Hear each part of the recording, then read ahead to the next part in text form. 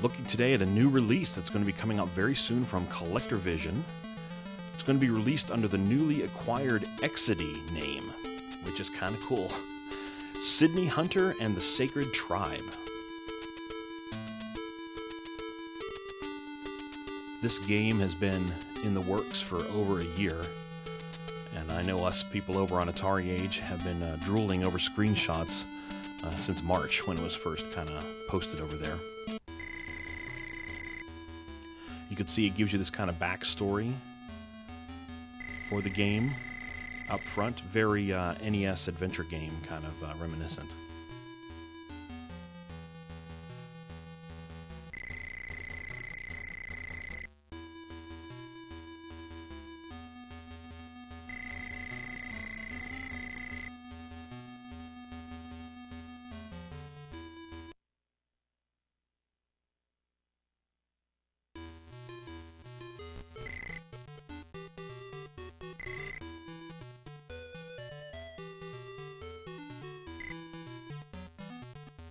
So the game stars Sydney Hunter, who has become kind of a mascot character for CollectorVision at this point. They have an SNES game in the works starring Sydney, and this is the second game for the Intellivision using this character. You may remember the first game starring Sydney Hunter. It was a Smurfs Rescue clone.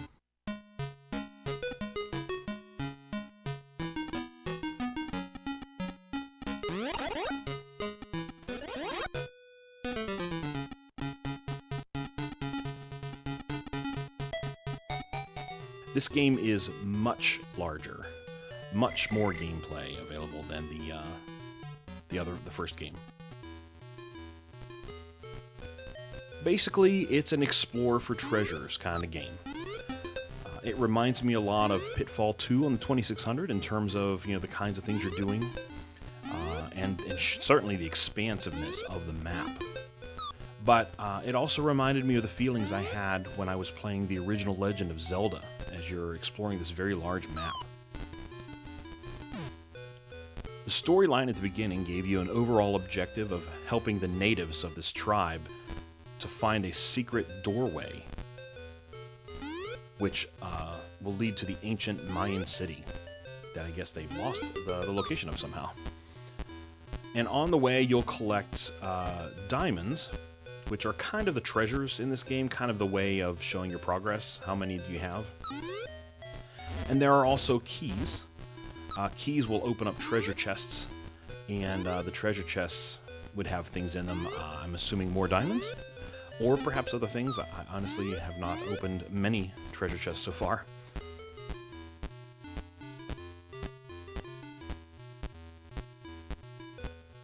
At one point, I found a pineapple, which was another thing you can pick up. I won't say here what that was for. I don't want to give away too many secrets. The diamonds in the game are used as a gating mechanism. At one point in the map, you'll run into a native who won't let you pass until you get to 45 diamonds in your inventory. I was able to eventually pass that gating guy when I got to my 45 diamonds, and I got past him, and it opened up another chunk of the map that honestly I didn't fully explore yet. It is rather large, and it seems like there's a lot here. The first chunk before that gating guy was rather large itself. I could see myself taking out a piece of paper and mapping it so that I could get around it efficiently. I haven't done that yet, but that's definitely something that I'll do with this game. And then, like I say, I opened up another section of the map, and I have no idea if that is as large or larger, or if there's another section beyond that. I don't know yet, but there's a lot here.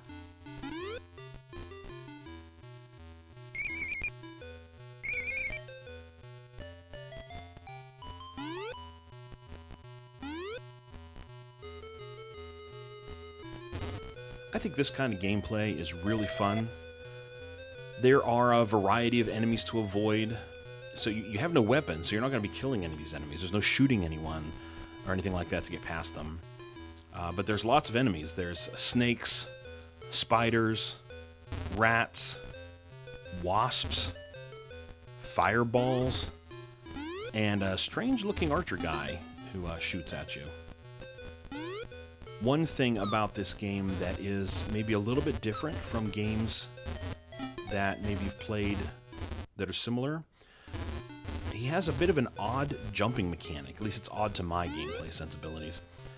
Sydney always jumps forward. There's no jumping upward to get to something that's over your head. Like if there's a diamond right above your head, you can't just jump up and get it. He's always jumping forward in an arc. Personally, I'd prefer something a little more traditional in terms of that, like, you know, being able to jump up or jump in the direction of the disc. But that's not the way this one is. He always jumps in the direction he's facing and always in an arc. And so that comes into the gameplay. Like, you have to consider his jumping arc and your landing point for certain jumps that need to be done precisely. It's just something you have to get used to. I don't think it's at all a negative on the game. And as you can hear in the gameplay sections here, there's a musical soundtrack you're playing as you're exploring, which is really great. That kind of thing always reminds me of Legend of Zelda. Legend of Zelda was the first game I played a lot of that had that going on in the background. And I know Pitfall 2 has music as well, but I hadn't played Pitfall 2 before Zelda, so Zelda's the one that always comes to mind for me. The game also has like a little bit of depth in terms of the treasures. Different colored diamonds are worth different amounts of treasure in your inventory. So when you find a red one, it'll be worth 5, and when you find a gold one, it'll be worth 10.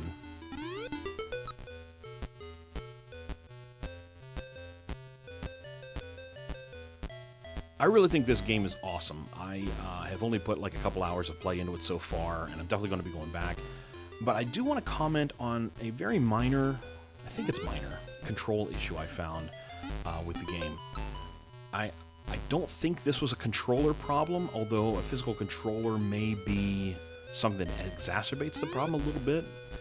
I think the game is not super great at reading the button press when you press the button to jump. I had several cheap deaths where I hit the button and Sydney just didn't jump. And I wasn't sure if it was my controller, I wasn't sure what was going on there, so I tried it out in emulation, and I think I was able to reproduce it a little bit in emulation. And I think the trick is, when you're playing this game, you want to hold down that jump button a little longer than maybe you would originally think. You kind of feel like you're really mashing that control and letting it sit a little bit so that it reads that controller correctly, and you get the jump. It might just be a quirk of the jump mechanic in this game. Maybe it's not really a problem with the game, but it is something to get used to when you first play it. And at first, I was a little disappointed, but as I got used to the game and jumping more, I got better at it. So now the game is planned to have 2 releases. There's a planned release for the end of November 2016, and that release is going to be a limited edition release. It will have a gatefold box. It's going to include a map and some other extras, which are secret at this point. And they've released a price on that for $75. They say later, and they haven't given a date on this, that there's going to be a second release that's more regular. It'll have a regular box. I assume a regular box means a top opening box. And it won't come with a map or any of the extras. And they say the price on that will be $60. So a little bit cheaper if you want to wait a little while and get the more pedestrian release. Or you can get the limited release. If you do want the limited edition, I don't know what the numbers are going to be on that, but if you want the limited edition, you better get over to Atari Age, to the reservation thread, and get your name on the list. Because I imagine that that's going to be obviously a limited number, and I imagine they'll go quickly. So I mentioned that there's a map in the limited edition, and I don't know if that's going to become a complete map of the entire game, or only partial, or maybe a map that just gives you very broad generalities and isn't very useful for gameplay. I really don't know what the map will be, but I do know that I'll be mapping this game out so that I can get through it. And I love that kind of thing, by the way. Drawing maps and exploring, that's very fun. So this game is right in my sweet spot in terms of the types of games I enjoy. I really love this style of game. I love the exploration of it. I love that there's enough predictability in the map that I don't feel lost. Like, I always loved Pitfall, but I got lost in that game. And Pitfall 2, the same thing. I always got lost in there, and I never felt like I wanted to go back and really work on it. Now, later on, of course, I found out that Pitfall, you can make a map of that, and I have had that as one of my bucket list items. I want to finish Pitfall. But when I played Pitfall 2, I've always felt like I get hopelessly lost. I have no idea where I am. This game does not have that feeling. you feel like you can map it, and the map makes sense, and you can find your way around. I have not beaten this game yet. I'm definitely going to be going back for more, and I don't know how large the map is after getting past that gating character. I have gotten past him, and it just seemed like there was plenty there.